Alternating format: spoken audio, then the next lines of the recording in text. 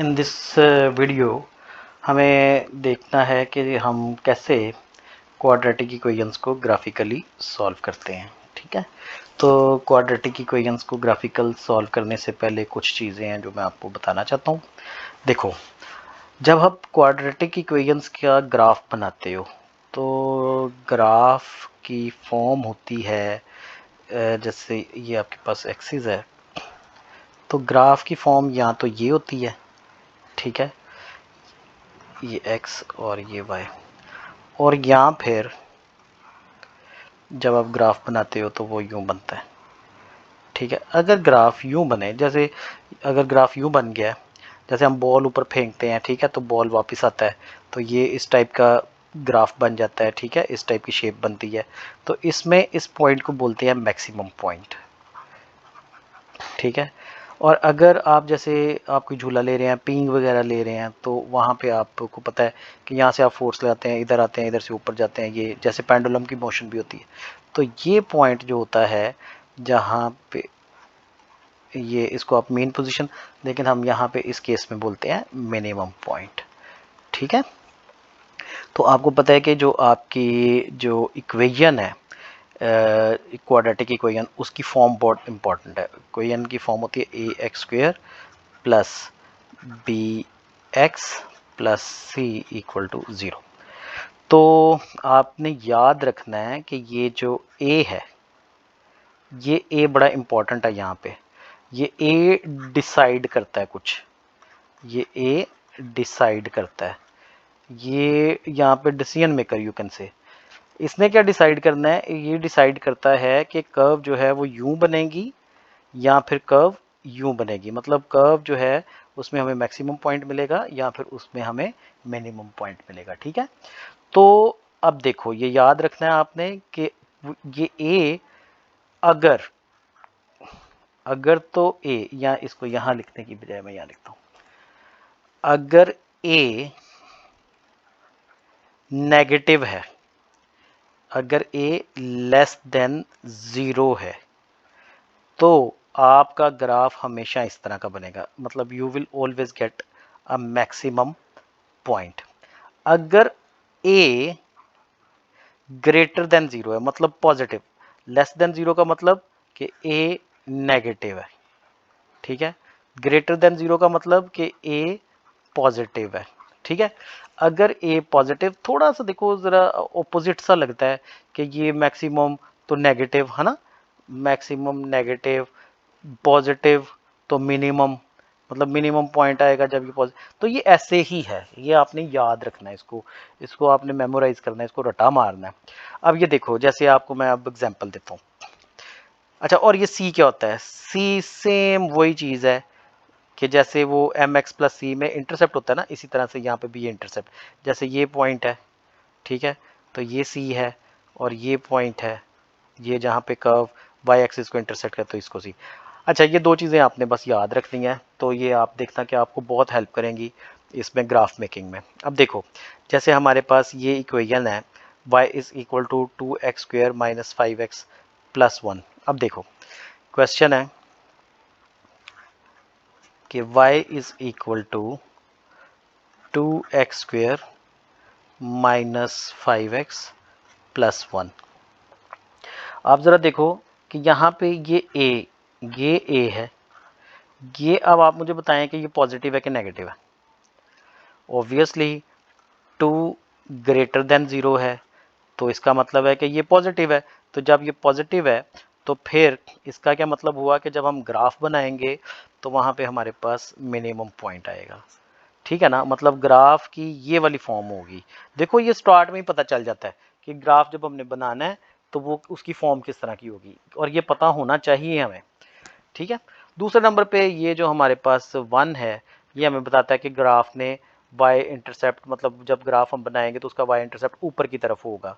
मतलब ये 0 होता है ना, एक्स यहाँ पे 0 होता है, तो जब हम बनाएंगे तो ये ऊपर होगा इसका इंटरसेप्ट यहाँ पे। ठीक है, चलें जी, इसका ज़रा हम ग्राफ देखते हैं। तो ये देखो ज़रा, ये टेबल दिया हुआ है इन्होंने। अब ये टेबल की जो वैल्यूज़ हैं -1 0 1 2 3 4, ये जल्दी जल्दी हमने इस इक्वेशन में लगानी है और हमने y की वैल्यूज़ ढूंढते जाना है।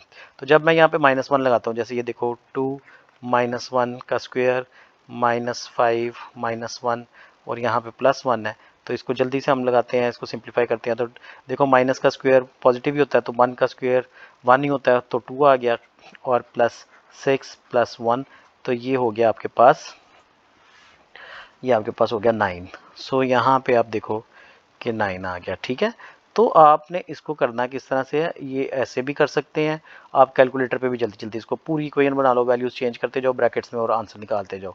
तो 0 पे ये 1 आ जाएगा, 0 जब आप लगाएंगे यहाँ पे भी 0, यहाँ पे भी 0, तो ये 1 हो जाएगा। अब 1 पे ये क्या हो जाएगा, 1 पे ये देखो यहाँ पे +1 कर दो, तो ये +1, तो ये -5 हो गया।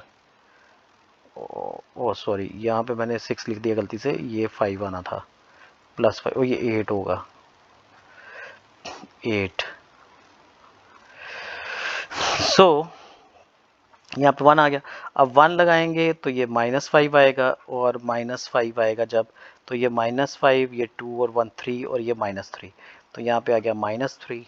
ठीक है, जब 2 लगाओगे तो 2 का square 4, 4 2s are 8, 5 2s are 10 +1, तो ये 9 और ये आ गया -1, तो ये 2 पे -1।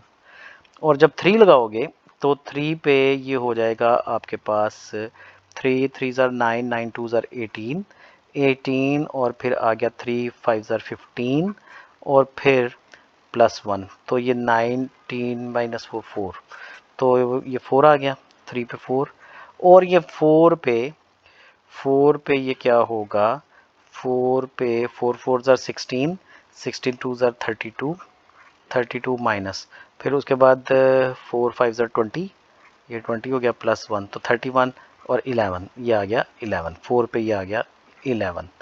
ठीक है, अब देखो, अब वो कह रहा है कि जी ड्रॉ करें ग्राफ को, graph of y is equal to 2x² - 5x + 1 4, ये है जी, उसने रेंज बताई हुई है x की, वो 4 से -1 से लेके तो 4 तक है। ठीक है, and hence solve the equation, और हमें उस इक्वेशन के सॉल्यूशंस फाइंड करना है। बहुत आसान है, इसको हम जल्दी से कर लेते हैं।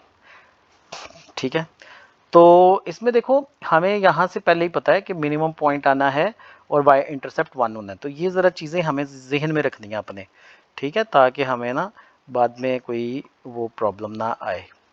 तो ये मैं एक्सिस ड्रॉ करता हूँ, ये देखें ज़रा,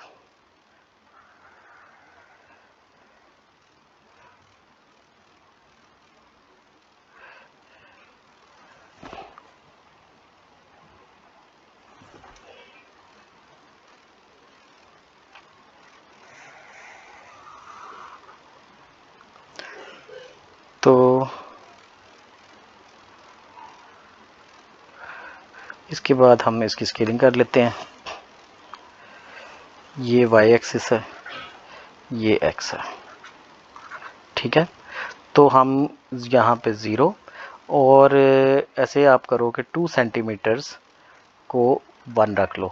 सो 2 centimetres 1, next 2 centimetres 2, and next 2 centimetres 3, and next 2 centimetres 4, क्योंकि आपको पता है कि x है ही 0 से लेके तो 4 तक है। ठीक है, उसके बाद y पे आप देखो 11 तक मैक्सिमम वैल्यू जा रही है, तो ये आप 1 सेंटीमीटर 1 रख लो। ठीक है, 1 2 3 4 5 6 7 8 9 और ये 10, और यहाँ इसको थोड़ा सा मैं ऊपर कर देता हूँ, तो यहाँ ये आ गया 11, ये 11, और डाउनवर्ड्स ये -1 तक है, तो यहाँ आप इसको लिख लें -1। ठीक है, तो अब ये देखो, इसमें जो हमारे पास पहला पॉइंट है वो है -1,8। ठीक है, -1 पे वैल्यू है 8, सो इसका मतलब है कि पॉइंट आपका यहाँ, ये देखो नहीं, ये -1, ये 8, तो पॉइंट आपका यहाँ आ गया। ठीक है, ये एक पॉइंट बन गया। उसके बाद दूसरा होगा 0 पे 1, तो ये 0, ये 1 यहाँ आ गया। ठीक है, तीसरा पॉइंट होगा आपका 1 पे -3, -3, इसको नीचे हमें -3 तक लेके जाना है। तो ये आ गया आपके पास -2, ये आ गया -3। तो 1 पे -3 ये पॉइंट आ गया आपके पास, ठीक है। फिर उसके बाद है आपका 2 पे -1, 2 पे -1, तो ये देखो ये पॉइंट यहाँ आ गया, ठीक है। फिर उसके बाद है 3 पे 4, तो ये 3 है, तो यहाँ पे हमारे पास 4 है, तो ये देखो ये पॉइंट आपका यहाँ आ गया, ठीक है। और उसके बाद है 4 पे 11, 4 पे 11, तो पॉइंट आपका यहाँ आ गया, ठीक है। अब इन सारे पॉइंट्स को आप ज्वाइन करो और आप कर्व बना दो। तो ये देखो ज़रा, ये पॉइंट्स आपने ज्वाइन करने हैं।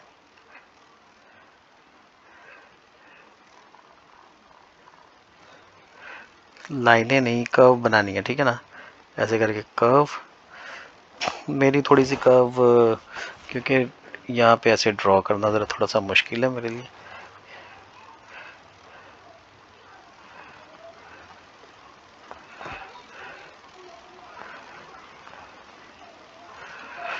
तो यहाँ से ये आपने वी नहीं बनाना, वी नहीं, ये कर्व होती है, ठीक है, गोल। वी नहीं बनाना आपने, ठीक है। इसको यूं रखना है और यहाँ से आप इसको ऊपर लेके जाएं, ये, और ये ऐसे, और ये आप इसको इसके साथ ज्वाइन कर दें, ठीक है। तो ये देखो अब ये इसकी कर्व बन गई, ठीक है। ये वी नहीं होना चाहिए, मैं आपको बार बार बता रहा हूँ कि ये वी नहीं होगा, कभी भी वी नहीं होना चाहिए ये। तो ये मैं इसको थोड़ा सा ये अरेज कर देता हूँ, ताकि आपको ये आपने सिर्फ ब्लू कलर का पार्ट ही कंसीडर करना है, ठीक है।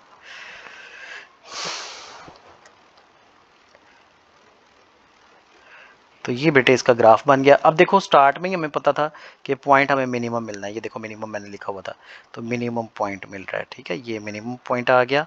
उसके बाद हमें वाई इंटरसेप्ट का पता था कि वो 1 है, तो ये देखें ये 1 को क्रॉस कर रहा है, ठीक है, ये 1 को क्रॉस कर रहा है। जब आप बनाएंगे, आप तो ग्राफ पे बनाएंगे तो वो ज़्यादा अच्छा बनेगा। अब ये देखो, अब आपने क्या करना है जी, हैंस सॉल्व द इक्वेशन। अब आपने इसको कोई सॉल्व नहीं करना, एक्चुअली ये जहाँ पे x, ये जो आपने कर्व बनाई है ना, ये जहाँ पे x एक्सिस को, जैसे ये देखो ये येलो कलर, ये पॉइंट जहाँ ये x एक्सिस को इंटरसेक्ट कर रहा है, ये पॉइंट, ये सॉल्यूशंस है, ठीक है। तो आपने ग्राफ से इनकी वैल्यूज देख लेनी है। जैसे यहाँ पे अगर ये आ रहा है, फॉर एग्जांपल अगर इसका आंसर आ रहा है आपके पास ये 0.3 कर लो, मैं अंदाजे से बता रहा हूँ कि 0.3, और ये शायद हो 2.7। सो ये आप लोग ज़रा चेक कर लेना आपके, क्योंकि ग्राफ से होगा तो आपको ज़्यादा एक्यूरेट चीज़ मिलेगी, ठीक है। तो इस तरह से ये इसका हम बनाते हैं। फिर यहाँ पे वो कभी पूछ लेते हैं कि जी बताएं कि इस पॉइंट के वो हमें पता है कि इसके कोऑर्डिनेट्स हमें यहाँ से पता है कि सबसे नीचे वाला जो पॉइंट हमारा गया है वो ये गया है 1, -3, तो ये मिनिमम पॉइंट है। सो इस टाइप के ये क्वेश्चंस होते हैं इसमें, जिसमें हमने ये क्वेश्चंस वगैरह सॉल्व करने होते हैं। इसके जो ज़्यादा बेहतर चीज़ है वो है पास्ट पेपर्स, ठीक है ना। हम इसकी पास्ट पेपर से, मैं इसकी अलग से वीडियो बनाऊंगा, तो पास्ट पेपर से आपको ये एक्सप्लेन करूंगा सारे क्वेश्चंस ग्राफ के, ठीक है। तो फिलहाल जो कॉन्सेप्ट है वो आपका इसमें पक्का होना चाहिए कि इसमें एक्चुअली आपने ग्राफ बनता किस तरह से है, मतलब उसके मेन चीज़ें आपको पता होनी चाहिए। फिर आप देखना, अब देखो जैसे हमारे पास ये वाला क्वेश्चन है, आप ये वाला ज़रा पार्ट देखें, ये पार्ट क्वेश्चन नंबर 2, इसमें मेन चीज़ देखें ज़रा। मेन चीज़ है कि यहाँ पे जो एक्स स्क्वेयर है इसका कोफिशिएंट देखो तो -3 है, इट इज़ -3।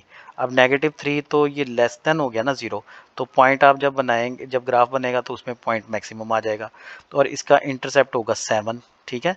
मतलब कि पॉइंट जब आप इसका ग्राफ बनाओगे तो ग्राफ यूँ बनेगा, ग्राफ यूँ बनेगा, ठीक है। और जहाँ पे ये आपको नज़र आएगा कि ये वाई एक्सिस को काट रहा है वो वैल्यू 7 होगी और ये मैक्सिमम पॉइंट होगा, ठीक है।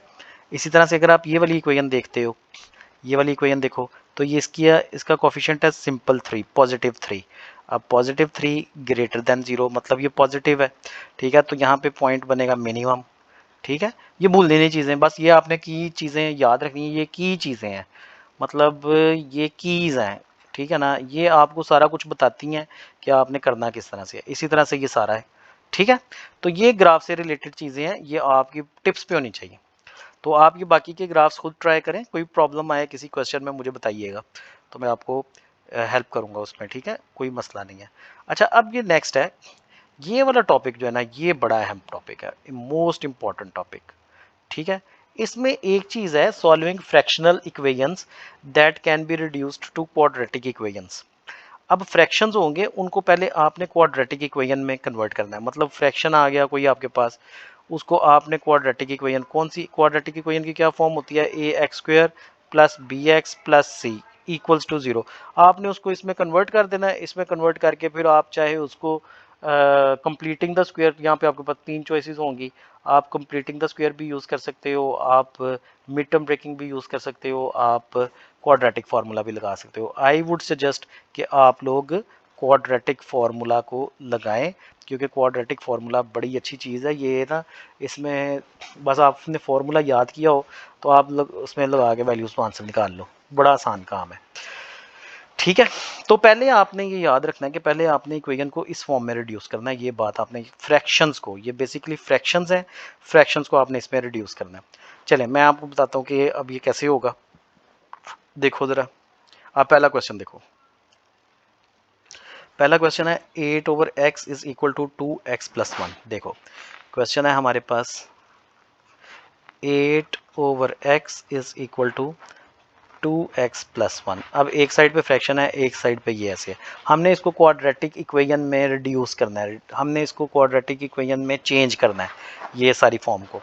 देखो x इधर डिवाइड दूसरी साइड पे जाएगा, मल्टीप्लाई हो जाएगा, तो ये यूँ हो जाएगा 8 equals to x into 2x+1। अब देखो आप इसको अंदर मल्टीप्लाई करो x को, तो ये हो गया 2x² प्लस x 8। अब आप क्या करो, आप यहाँ पे जल्दी से 8 को दूसरी साइड पे शिफ्ट करो और एक साइड जो है उसको 0 बना दो, तो ये हो गया 2x² plus x minus 8 equals to 0। ले जी, यहाँ से आपका सोल्यूशन स्टार्ट हो जाएगा, आप इसको जैसे मर्जी कर लें, ठीक है। यहाँ पे देखो, मैं अगर क्वाड्रेटिक फार्मूला आई सजेस्ट, देखो मैं सजेस्ट आपको ये करूँगा कि क्वाड्रेटिक फार्मूला लगाओ, ठीक है। क्वाड्रेटिक फार्मूला वो क्या होगा, वो होगा x is equal to minus b, बल्कि क्वाड्रेटिक फार्मूला लगाने के लिए पहला काम आपने क्या करना है मैं आपको बताता हूँ। वो आपने ये करना है कि आपने a की वैल्यू लगानी है। लिखो a is equal to 2, b is equal to x का कोफिशिएंट है 1, ठीक है, तो b is equal to 1 and c is equal to -8। Sign नहीं भूलना, नेगेटिव साइन है तो लाजमी लगाना है, किसी का भी नेगेटिव साइन यहाँ पे लिखना है। पॉजिटिव वन लिखे ना, वो नहीं हम लिखते, आपको पता ही है कि पॉजिटिव हम ज़्यादातर नहीं लिखते, लेकिन नेगेटिव साइन तो पक्का है ना, ये आपने भूलना नहीं। अच्छा, इसके बाद अब आपने क्या करना है, आपने फॉर्मूला लगाना है x is equal to minus b plus minus square root b square minus 4ac over 2a, ठीक है। सारी वैल्यू सब्सिट्यूट कर दो, जोन सी वैल्यू आपके पास है a b और c की, वो इस फार्मूला में लगा दो।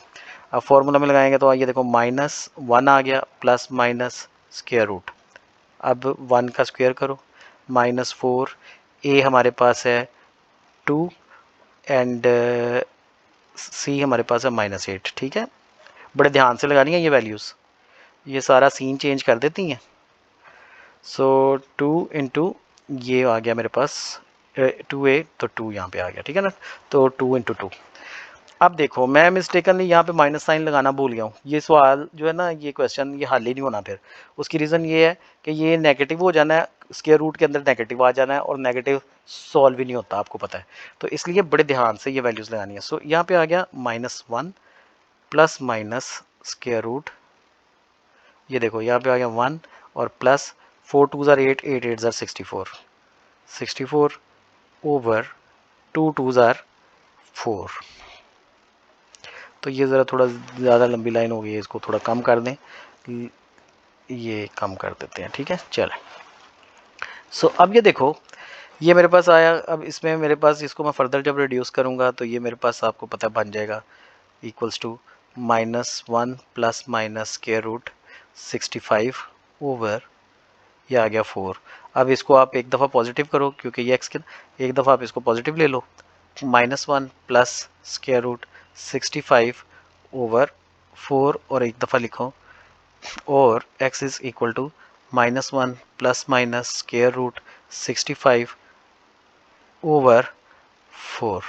तो ये अब आपने कैलकुलेटर के ऊपर इसको सॉल्व कर लेना है, और ये जब आप सॉल्व करेंगे तो आपके पास आंसर आ जाएगा।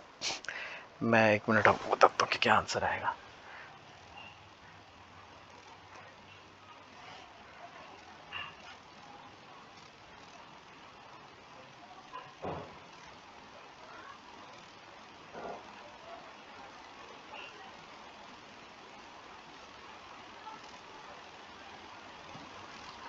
ये कैलकुलेटर पे आप जल्दी से सॉल्व कर लें, इसका आंसर आ जाएगा आपके पास। रुकें, मैं कैलकुलेट कर देता हूँ।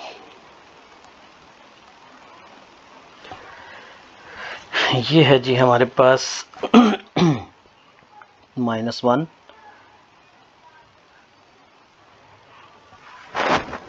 Plus, I don't know, it is not working, just wait। बेटे आप इसको खुद कर लेना क्योंकि मेरे पास अभी कैलकुलेटर नहीं है, या फिर 1 मिनट आप वेट करें, मैं आपको बताता हूँ कैसे करते हैं। Just wait a moment.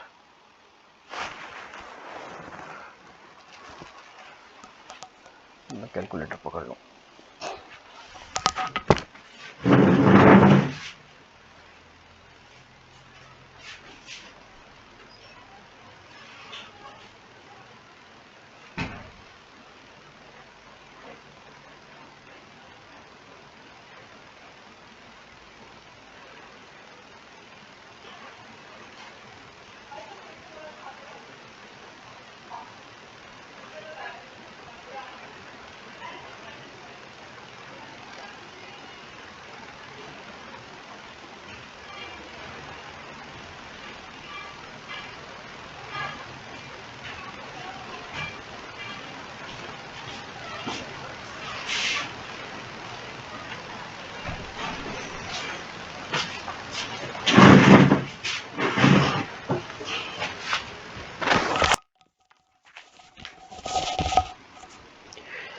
सो इसका आंसर आपके पास आ जाएगा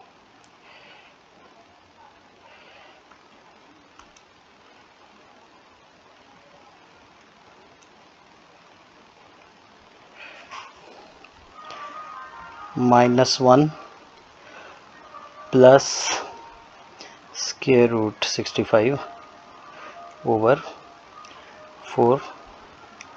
तो उसका आंसर आ गया 1.77। एक आंसर आ गया आपके पास 1.77। मेरा ख्याल है आप लोगों ने खुद ही फाइंड कर लिया होना है 1.77। और दूसरा आंसर आपके पास आएगा x इज़ इक्वल टू, उसमें जब आप माइनस करते हो तो माइनस करके ये आता है